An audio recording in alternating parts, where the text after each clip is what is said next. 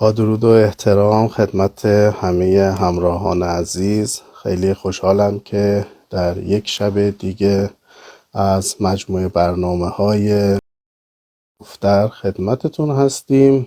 امشب در مجموعه به شب‌های شعر خواهیم پرداخت مانند روال جمعه ها که از عزیزان شاعر و نویسنده دعوت کردیم که تشریف بیارند و به شعرخوانی در برنامه بپردازند. قبل از شروع برنامه لازم میدونم که چند تا توضیح بدم، ضمن اینکه دوستان کم کم به ما میپیوندند. یک سری توضیحاتی رو لازم میدونم ارائه کنم. مطلب اول در رابطه با هدف و عنوان این مجموعه برنامه هاست. از اونجایی که توی مجموعه ما همیشه اصل هدف رو بر این داشتیم که به صورت بدون محدودیت و ممنوعیت یا در واقع سانسور استفاده کنند، این برنامه ها رو بدون اینکه اعمال نظر خاصی نسبت بهشون داشته باشیم همیشه انجام بدیم. یک موضوع مهمی بود که خواستم خدمت دوستان عرض کنم و موضوع دیگه در رابطه با شعرهایی که در این برنامه علل خصوص در برنامه شب‌های شعر اجرا میشه.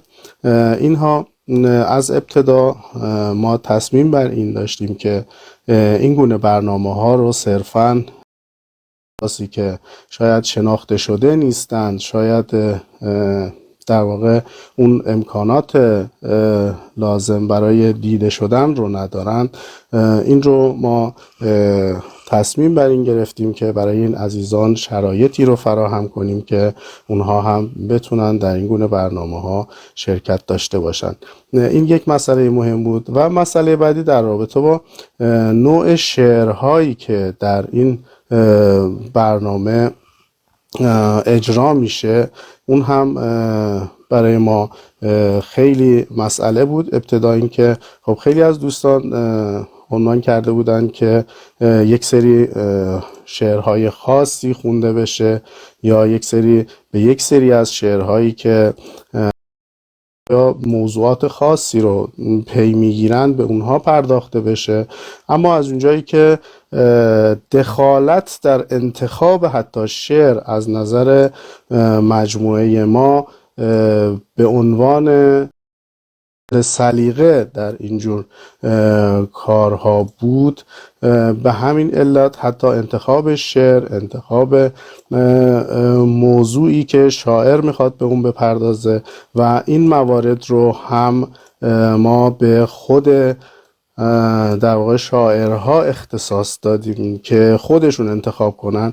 روی این حساب فکر میکنم که این نقد اینکه چه شعرهایی در این برنامه خونده بشه یا چه شعرهایی و یا چه شاعرهایی بخوان در این برنامه ها شرکت کنند، به نظر میرسه که با این موضوع کمی منافات داشته باشه و نتونیم اون هدف اصلی رو پیگیری کنیم. به همین خاطر هم خواستم این نکته خیلی مهم رو خدمتون گفته باشم که سعی میکنیم برای تمام عزیزان با افکار مختلف این امکان فراهم باشه که در برنامه حضور پیدا کنند و ضمناً خب به هر حال شعرهایی هم که در این برنامه اجرا میشه مطمئنا ما هیچ در واقع گزینشی در اون نداریم و این امور فقط به خود شاعر مربوط میشه.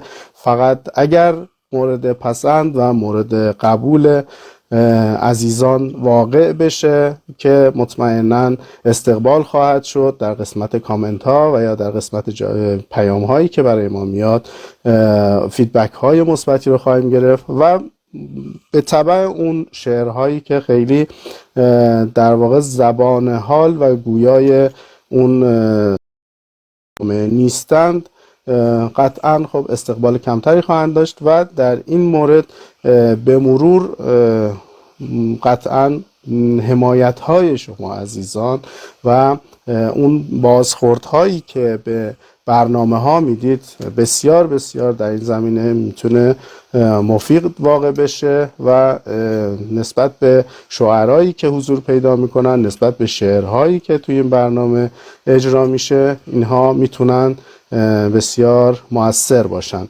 این رو فقط خواستم به عنوان نکته عرض کنم خدمت دوستان که حتی اینجا هم قصد داریم که به هیچ عنوان سلیقه های شخصی و اعمال نظرهای فردی رو توی برنامه نداشته باشیم تا همه عزیزان بتونن با سلیقه های مختلف تو برنامه حضور پیدا کنند و به شعرخوانی بپردازند. و یک مورد دیگه نسبت به برنامه های گذشته این برنامه ایجاد شده این هست که به خاطر اینکه به قول معروف بتونیم تکریم خوب و شایسته ای از شاعران عزیز داشته باشیم، سعی کردیم که یک به یک عزیزان دعوت بشن و شعرشون رو اجرا کنند تا ضمن اینکه تمام هوش و حواس ما به شعر عزیزان باشه، در ضمن هر فردی هم زمان خودش رو داشته باشه که بتونه برنامه رو اونجوری که خودش دوست داره در واقع شعرش رو اجرا بکنه.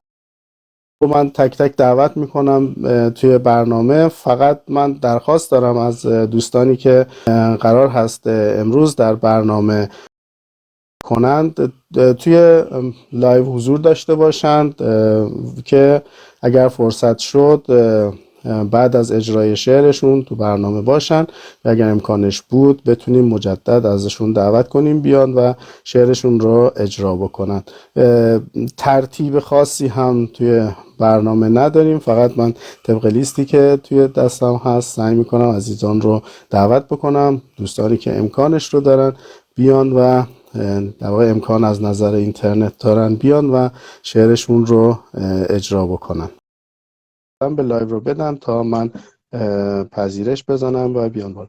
سلام حامد جان، روزت بخیر، شبت بخیر باشه. امیدوارم که خوب و سلامت باشی و همیشه موفق. خیلی خوشحالم که امشب آمدی. منم سلام عرض میکنم خدمت تو و همه دوستانی که حضور دارن. خوشحالم که باز هم در کنار هم هستیم و امیدوارم که امشب هم در واقع شعرهای خوبی بشنویم. من همونطوری که گفتی برای اینکه فرصت به همه دوستان برسه یه شعر محاوره حالا یا ترانه اگه اسمشو بشه گذاشت میخونم و از جمعتون، یعنی از اینجا خداحافظی هم در لایو هستم و شعرخوانی دوستان رو نگاه میکنم و لذت میبرم. خیلی ممنون. اسم این کار هست لاک. تو خودم کز کردم لاک پشتی غمگین، مثل گوری سیار کوله باری سنگین. توی لاکم حبسم با خودم هم بندم، از خودم میپرسم با خودم چند چندم. روح من زندونی جسم من زندونی، گور تنگ لاکی که شده مسکونی. خسته از باری که گور سیاری که وسط راهی که آخرش تاریکه. از همه میترسم تو خودم کز کردم، تو چش امیدم دوتا پونز کردم. به خودم میگم که با خودت چند چندی، تو یه لاکی آخر تو خودت میگندی. به خودم میگم که به تو میخندم، من اگه میشد که لاکمو میکندم. خیلی ممنونم ازتون. خیلی عالی بود، ممنون، لذت بردم. مرسی حامد جان. خوشحال میشم که توی برنامه حضور داشته باشی که حالا دوستان دیگه هم که اومدن بعد دوباره اگر فرصت شد سعی میکنم دعوتت کنم که دوباره از شعرهای خوبت بخونی. البته چون میدونم که شعرهای کوتاه تو در بین برنامه ها لذت دیگه ای داشت، ولی خب سعی می‌کنیم این قانون رو رعایت کنیم و خیلی ممنونم لطف کردید. هستم خدمتتون. قربان شما. متشکرم، مرسی، ممنونم. سلام قاسم درود جان. بر عزیز دل، خوبی؟ خوشحالم که این هفته اینترنتت یاری کرد و تونستیم در خدمتت باشیم. والا به لطف وی پی اینه. به به. آره. چه خبر؟ خوبی آقا؟ ممنونم، مرسی، خوب هستی؟ امیدوارم که خوب و خوش باشی و همیشه فعال در زمینه ادبیات و شعر و باقی قضایا. در خدا خدمت قوت. هستیم. متشکریم. دوستانم را خدمتتون عرض کردم به اسامی را که چند تا از دوستان بنده الان در لایو هستن، فکر کنم حضور دارن و منتظرن که تشریف بیارن و شعرخوانی کنن. بله، دوست دارم که خودت اگر امکانشو داری همینجا الان داری صدای اسماشون رو منو؟ بگی که صدای شما رو دارم. عرض کردم اگر امکانشو داری. صدا رو داری؟ خودمون رو فکر کنم چشم زدیم آقای ابوعلی نژاد. سلام عرض درود بر شما، سلام، شبتون بخیر باشه. خوشحالم که در خدمتتون هستیم. من سلام عرض کنم خدمت شما و دوستان عزیزانی که در لایو هستن. بسیار عالی، ممنونیم. خیلی خوشحال میشیم که شعرتون رو بشنویم. با اجازهتون پس من شعرم رو میکنم. خواهش میکنم. وقتی اعضای چشمهای من تماشایی است، لطفاً به چشمم چند قطره رنگ خالی کن. با یک صدم از آسمان و یک صدم خورشید، رنگ نگاهم رو تو سبز احتمالی کن. در گوشه های دفتر من قلب قرمز باش. با اول اسمت به رنگ آبیم ها کن. ای دوستت دارم بگو آهسته هاشاهیست. در گوش من 100 بار حست را سوالی کن. من قهر تو ای آشتی تا مثل هر دفعه با دست گلهای سفیدت فاتحم باشی. من شال می بافم برایت، از تو هم لطفاً کلبه‌ای برفی جهانم را خیالی کن. با خنده هایت زندگی را زنده تر کردی. من ماه را از آسمانت با تو می چینم. در صورت ماهت بکش لبخندهایت را. ماه شب من 14 را هم هلالی کن. من شعله شعله از تو آبم یا مذابم یا از تک تک سلول هایم نام تو جاری. من شعله شعله قطره قطره میرسم تا تو. فکری به حال عشقهای امثالی کن. خیلی ممنونم از فرصت بدید. بسیار عالی، خیلی خیلی ممنونم، لطف کردید و چه بسیار زیبایی رو خوندید برای ما. توی لایو لطفاً حضور داشته باشید. ازتون اینجا خداحافظی میکنم و اگر فرصت شد حتما باز در خدمتتون خواهیم بود. خیلی متشکرم. دوستان عزیز، خیلی خوشحال میشیم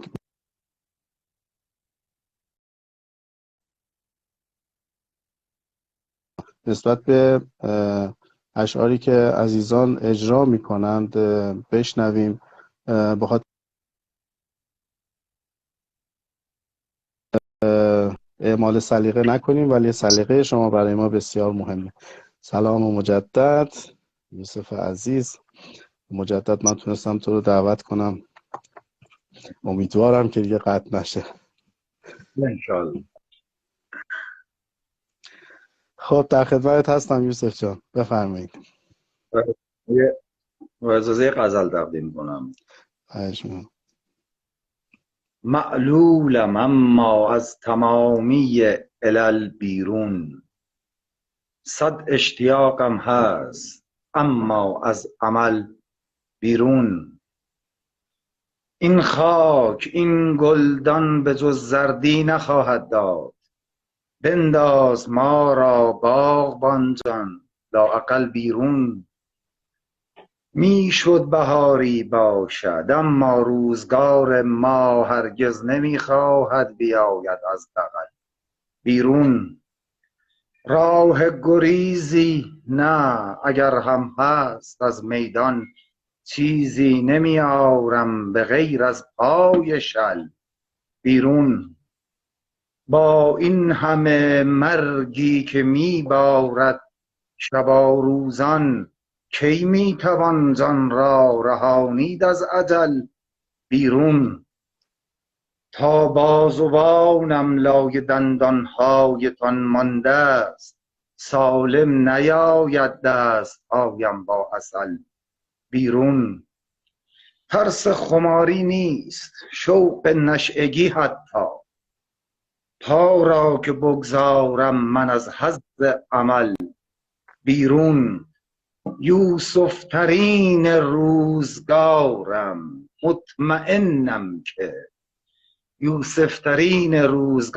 مطمئنم که از من میآید چند صد ضرب المثل. بیرون در خواب هم آغوشی مست زلیخا که قافیه نامرد آورد از بغل. بیرون با این شرار کلمه های انفجاریم شاید بپاشد تکه هایم از غزل. بیرون. سپاس قاسم. به به، خیلی عالی بود، لذت بردم واقعا، جالب بود، متشکرم، ممنون، شبمون رو ساختی. قاسم جان، جان جناب تقلیلی تشریف آوردن، من با اجازه مرخص میشم، ایشون رو مربت بله کنید دعوت. حتما، چشم، من دعوتشون میکنم، اگر ایشون هم امکانش رو دارن درخواست بدن تا کارمون سریعتر انجام بشه. حسین جان چشم. رخصت میدارم. خواهش میکنم، دستت درد نکنه، خیلی قربان خوشحال شدم. شما. درود بر شما، وقت شما بخیر باشه. جناب قرداغی، ممنونم، متشکر، در خدمت شما هستیم. ارادتمندم. من ابی هستم، از بچه‌های مبارزم داخل ایران و یک موضوعی رو میخواستم مطرح بکنم. ما چنل و کارگروه چاپ کتاب داریم و بله. تمامی کتب ممنوعه، نایاب و اصلا جدای از ممنوعه، تمامی کتب رو چاپ و منتشر میکنیم و به دوستان بالاخره به دستشون میرسونیم. کتاب‌های مثل تولدی دیگر یا کتاب‌های نایابی مثل چاپ اول دو قرن سکوت یا کتاب‌های مثل ماهی درون شما که خب نیست، نسخه انگلیسیش هست و از این قبیل کتبی که بالاخره به درد دوستان میخوره و نیازمندن در راستای آگاهی، مطالعه و پیشبرد اهدافشون در مناظرات یا در اصلا حتی تحقیقاتشون در راستای مثلا اطلاعات سیاسی، مثلا کتاب‌های سیاسی. البته کتاب‌های دیگری هم هست، این کتابخانه خصوصیمه. کتاب‌های دیگری هم هست که من اینجا کتاب‌های فلسفی است. من از این موقعیت استفاده کردم جناب قرداغی، عذرخواهی میکنم. بالاخره البته شما دوست عزیز، برنامه در واقع شب شعر هست، فکر می‌کنم که این وقت دوستان گرفته میشه، اینجوری خیلی خوشحال میشم که هماهنگ بکنید توی برنامه‌های دیگه‌ای بتونیم از این صحبتاتون استفاده شعرهایی کنیم. رو هم خودم سرودم، شعرهایی هم خودم دارم سرودم و هم یه سری شعرها هم هست که اگر مایل باشید در باب مولانا و دیگر عزیزان اگر شاعر ما. شعری از خودتون دارید خوشحال میشم که شعرتون رو بشنویم و استفاده کنیم که به برنامه امشب هم بخوره. خیلی خوشحال میشم. شعر از خودم که دارم، متاسفانه الان نه اون دفترم در دسترسه و نه من اون چیز رو، اون چه استرس بهم وارد شده نمیتونم الان اون رو بخونم. بالاخره من اومده بودم برای یک کتاب و اون بالاخره اون اعتماد به نفس از دست رفته. ولی خب کتاب‌های مولانا هست، میتونم یک باب از این شعر مولانا رو برای شما عزیزان بخونم که میگه بشنو از نی چون حکایت میکند و از جدایی ها شکایت میکند. این شعر مولانا. که از نیستان تا مرا ببریده اند، از نفیرم مرد و زن نالیده اند. سینه خواهم شرح از فراق، تا بگویم شرح درد اشتیاق. هر کسی کو دور ماند از اصل خویش، باز جوید روزگار وصل خویش. من بسیار ممنونم. بله. خواهش میکنم. من به پایان میرسونم این گفتگو رو و بسیار خوشحال شدم که این فرصت رو حالا به هر نحوی در اختیار بنده گذاشتید که هم کتاب معرفی بکنم و هم یه دو بیت شعری بخونم. سپاسگزارم از شما جناب قرداغی. موفق باشید دوست عزیز. خواهش میکنم. بدرود. سال شدید. حامد جان درود بر تو. ما سلام همچنان مجدد. مشکل اون جمع آوری کردن دوستان رو داریم با این اینترنت و مشکلات و دوستانی هم که یه به هر حال میان برامون شعر بخونن که اون شعر رو بعضیشون تبدیل میشه به تبلیغات. خب در خدمت هستم. متاسفانه بله، گویا دوباره اینترنت دوستان یاری نمیکنه. حالا من در خدمتتون هستم، هر جوری که دستور بفرمایید. من خوشحال میشم اگر شعری بشنویم از تو، اگر اینترنت شما یاری بکنه لاغر. بله. اصلا خدمتتون که با کمال میل من از کتاب تاناکورا چند تا شعر کوتاه حالا آماده دارم، میخونم هر جایی که کافی بود که بفرمایید. اولین شعر به نام تاناکورا. شال گردنم طنابی است که منصور را خفه، کلاهی که بر سرم گذاشته‌ام از غنایم یک جنگ داخلی است. قلبم در سینه یک مفقود الاثر بوده است و چشمهایم یک جفت از همان چشمهایی است که جایی در تاریخ از حدقه در آمده بودند. خیلی ممنونم. بسیار عالی، ممنونم. من همیشه لذت میبرم از شعرهای تو که معمولا ما عادت کردیم که در واقع هر چیزی رو کوتاه و خلاصه بشنویم. شعرهای تو هم همیشه به این فرم هستن، یعنی قرار اون حرفی که بعد از چند بیت زده بشه در چند تا کلمه و جمله میگی و خیلی این شیوه رو دوست دارم. لطف دارید، متشکرم. خیلی ممنون. خواهش میکنم. کار دوم بله. اگر دوست دیگه ای رو میخوای اضافه کنید من از حضورتون خداحافظی میکنم. ما مشکلی نداره، شما بخون تا اگر دوست دیگه ای پیوست به ما. چون مشکل اینترنت رو داریم الان، فکر میکنم که متاسفانه آره وقت دوستان هم اونجوری گرفته نشه برای تلاش های ما برای پیوستن دوستان. لااقل استفاده کنیم از حضور شما عزیزان. با کمال میل. شعر دوم به نام تجزیه. نبضم در دستگاه شور میزند، دلم شور میزند، سرم شوره میزند. با این همه شورش داخلی نمیدانم چرا مثل شوروی از هم نمیپاشم. خیلی ممنونم. عالی بود، عالی بود. مرسی. ممنونم. جناب آقای تقلیلی رو من دعوت کردم ولی متاسفانه دقیقا همون مشکلی که هفته گذشته اینترنت شما داشت، این دوستمون این هفته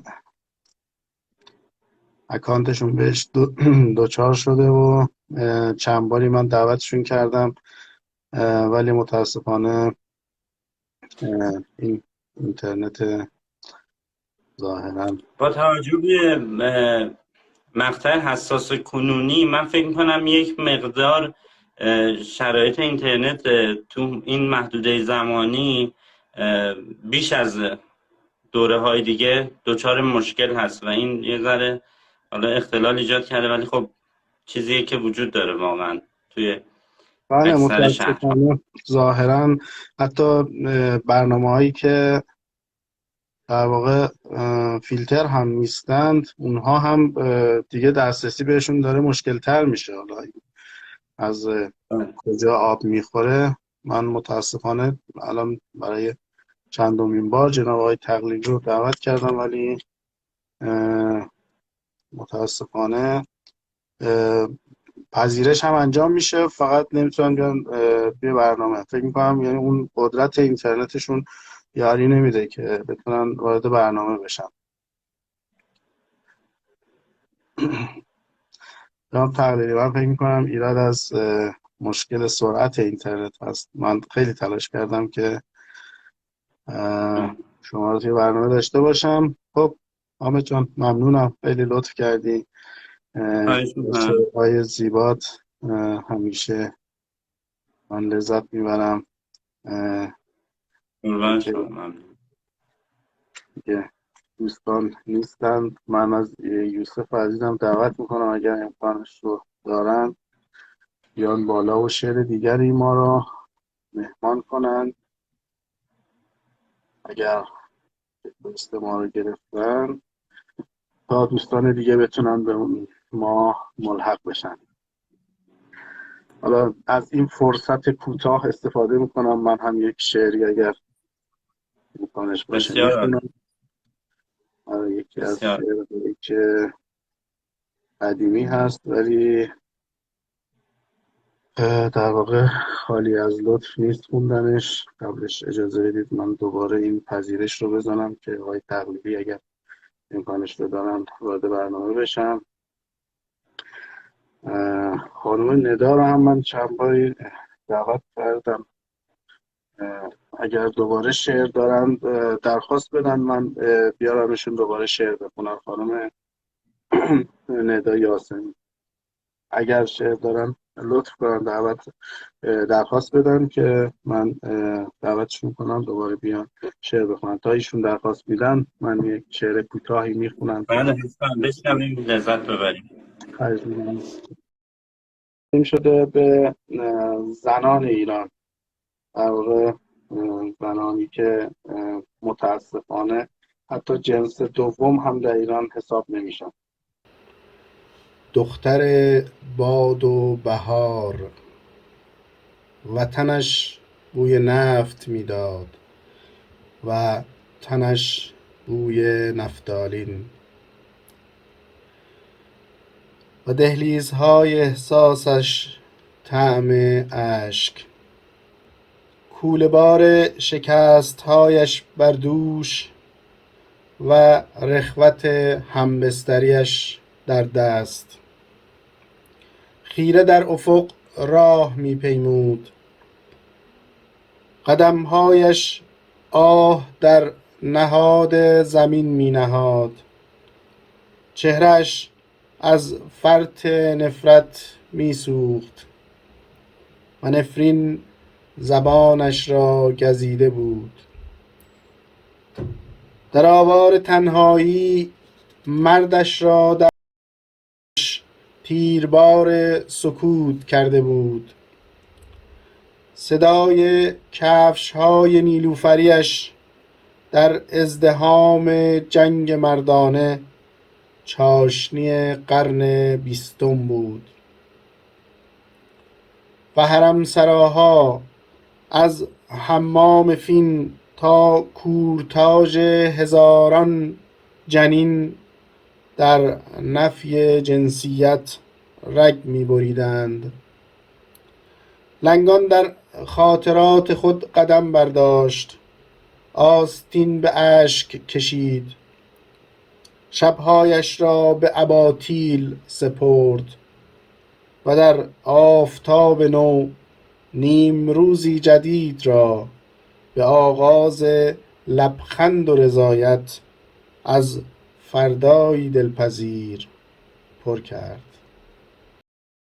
بسیار عالی. تصویر از یه طرف مشکل دو طرفه ایجاد کرد که ما این شعر رو نتونیم بخونیم، ولی با هر تلاشی بود خوندیم و تمامش کردیم.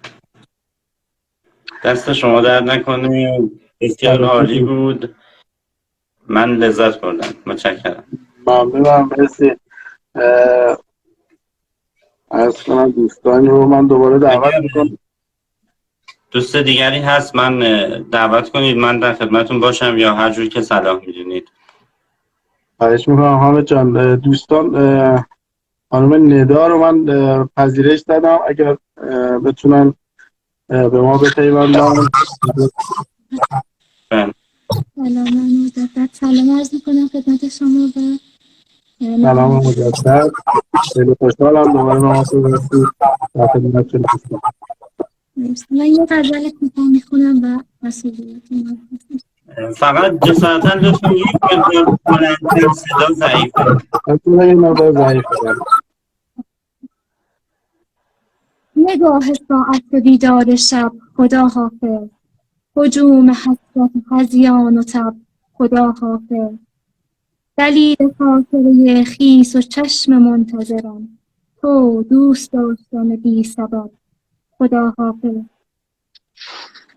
بوسه بوسه تو قبل مرگ محتاجم، سراب جان رسیده به لب خدا حافظ، مرور میکنم از تو تمام فکرم را، کشیده حافظم را عقب خدا حافظ، من از تبار رسیدن، من از تبار جنون، تو از تبار جدایی نسب خدا حافظ، تمام زندگیم وقت عاشقی بود و جواب عاشقیم شد عجب خدا حافظ.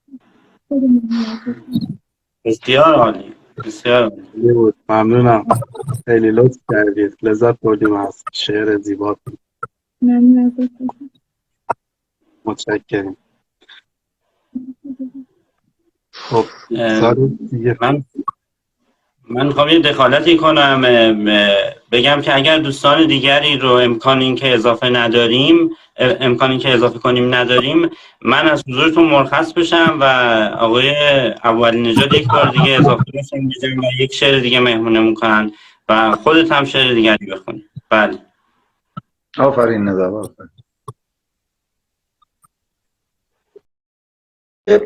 کار کوتاه بخون، این غزل چند بیتی. حتما. خاک آفریده شد، خاک آفریده شد و خدا آفریده شد، از خاک خیشتن به خدا آفریده شد، اول گرفت هیبت انسان و بعد هم در ذهن او به شکل چرا آفریده شد، چیزی نمانده بود زمینگیر خود شود، تا این که دستهای دعا آفریده شد، انگار هرچه درد عجیب است در جهان تنها به خاطر دل ما آفریده شد، وقتی که عاقبت به سرآغاز میرسید اصلا چرا از اول کار آفریده شد. متشکرم. بسیار عالی، بسیار عالی. عالی بود، عالی بود، ممنون، بسیار عالی بود. خب من جناب آقای اصلا تعداد افراد به حد نصاب قاسم جان، من رو مرخص کن که دوستان دیگری رو بتونی اضافه کنی. من خارج شدم. حسین هم بتونه بیاری بالا. قربان شما. حسین عزیز رو من خواهش میکنم فکر کنم یه حسن ختام داشته باشیم و بعد دیگه یک ساعتمون پر میشه و برنامه رو هم میتونیم ببندیم، چون من تلاش هرچه کردم دوستانی که لیستشون رو داشتم 5-6 نفر دیگه که قرار بود شعر بخونن متاسفانه اینترنتشون یاری نکرد. خب همه جان بسنیم جان در خدمت هستم. اگر خواهش کنم شما شعر بخونی امکانش هست؟ امکانش هست، ولی من دوست داشتم اول تو بخونی بعد اگر وقت بود من بخونم. چشم، من اطاعت میکنم. یه غزل کوتاه من میخوام بخونم، جسارت کنم، به اسم آخر زمان. پیچید در هم کهکشان، افتاده در چاهی جهان، خورشید را زد بر زمین، شب مثل بادی ناگهان، دیگر مدارش پاره شد، در کهکشان آواره شد، پرتاب شد سنگ زمین، در کنج پرت لامکان. آونگ گیجی شد زمین در روزهای واپسین، گیج و کلافه چون نخی در هم گره خورده زمان. دیوانه ای انداخته در چاه شب خورشید را، 100 روز می آید ولی نوری ندارد آسمان. چرخ فلک سوراخ شد، زیلوی پاره کاخ شد، آمد نشست و شاخ شد ریغوی پیر ناتوان. در تنگنای این قفس منظومه افتاد از نفس، دیوان اندوهان ببین از بیکران تا بیکران. دیو اجل بیدار شد، روی زمان آوار شد، فرش جسد شد کوچه ها از پیکر پیر و جوان. لبریز از خشم و جنون غلطیدم در خاک و خون، اما جواب هر غزل مشت سکوتی در دهان. عذرخواهی میکنم شعر طولانی رو انتخاب کرده بودم، معذرت میخوام. خیلی هم عالیه، خیلی عالیه. خب دیگه به هر حال وقتی که وقت کمتری رو بشکن. خب وقتی که شما شعرهای خیلی کوتاهی رو میخونی و وقتت رو میدی به دوستان دیگه، این حقته که لااقل هر چند وقتی باشه طولانی باشه. دوستان لطف دارم و شما هم همینطور لطف دارید به من. متشکرم. خواهش میکنم. خب برای حسن ختام یک بار دیگه من سعی میکنم آقای تقلیلی رو امتحان کنم که اگر تونستن بیان بالا شعرشون رو بشنویم. امیدوارم که دیگه این سری بتونن تا ایشون به ما میپیوندن یا میتونن بپیوندن. من یه شعر نیمه یک شعری رو اولین جلسه یادمه که تو خوندی، بعد گفتی وصف حال من بود. حالا من وصف حال خودم رو در رابطه با اون کوچ و اینا بود سعی میکنم یه شعر رو بخونم که یه مدار وصف حال همون تقریبا مثل شعر. نام بدقوارت را می تراشیدم قرنها، یک شب آبستن گریز بودم از وطن، از سقوط و از تن. در ساحل مرمره خرابه های ترکان از آتش خشم روشن بود و قایقی در آب از باد لبریز. لنگر کشیدیم تا صبح که آسمان شفقی گنگ را در ابرها قی کرد. قلب تمدن از انفجار من در عبور مکدر بود. ساعتها در صبر میچرخید و گلدان از خواب باران و شبنم پر بود. خاک تب داشت، زمان بوی مرگ میداد. از فین تا اوین به نام وطن، به نام دین. یونجه در تبریز از قحطی بلوغ مشروطه میخورد و خنجر مرگ با دسته اینو، با دار و دسته اینو به عربده بود. در میدان انقلاب جمعه تر از غمگین کوله بار به راه انداختم و هنوز از قرناس های میهن گیج و بیخوابم. اینم بسیار عالی. مال دوران مهاجرت بود. بسیار عالی بود. خب حامد جان شعر میخوای بخونی یا خداحافظی کنیم؟ فکر کنم دیگه بیشتر از این سر دوستان رو در نیارم. خوشحال شدم که امروز هم در خدمتتون بودم و شعرهای بسیار خوبی شنیدم امروز. از همه دوستان ممنونم و از تو بیش از بقیه متشکرم. خواهش میکنم. منم از تو و همه عزیزانی که چه توی برنامه شرکت کردن و چه متاسفانه با عرض پوزش از همه عزیزان که امکان اینو نداشت که توی برنامه شرکت کنن، از همه خیلی خیلی ممنونم از این صبوری که همیشه به خرج میدن به برنامه‌های ما و کارهایی که انجام میدیم رو دلگرمی میدن به ما. خیلی خیلی ممنونیم از همه عزیزان و خیلی خوشحالیم که این ثروت خیلی ارزشمند رو داریم، عزیزانی که همیشه ما رو حمایت کردن و دلگرمی دادن به ما که برنامه ها رو همچنان همیشه ادامه بدیم و در خدمتشون باشیم. و در آخر هم بدرود و من فقط یه نکته خیلی کوتاه عرض کنم. امیدوارم دوستانی که امروز حالا به هر دلیل اینترنت یا هر دلیل دیگه موفق نشدیم که در خدمتشون باشیم، در جلسات بعدی حتما ما رو همراهی کنن. و اینی که حالا 2-3 هفته پیش اومده که من هر دفعه شعر خوندم، واقعا اینطوری نیستش که اینجا قرار باشه یه سری افراد ثابت بیان شعر بخونن. هر دوستی که شرکت کنه باعث افتخار، ما از شنیدن شعرهاشون لذت خواهیم برد. بله، واقعا به نکته خیلی خوب و مهمی اشاره کردی. من ابتدای برنامه هم گفتم هیچ محدودیتی برای هیچ کدوم از عزیزان نداریم. همونجوری که گفتم حتی سلیقه انتخاب شعر رو هم ما حذف کردیم از اینکه چه شاعری چه شعری بیاد بخونه، به خاطر اینکه ما معتقدیم که یه فضای آزادی باید ایجاد بشه.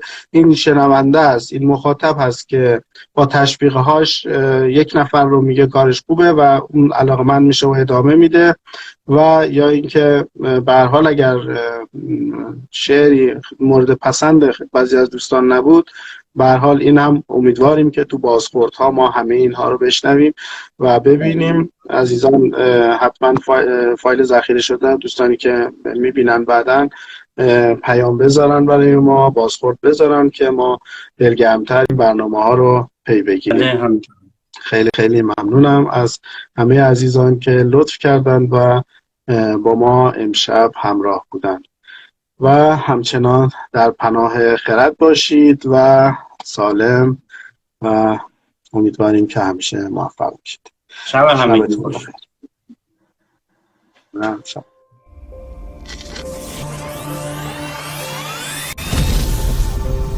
Avagaboo.com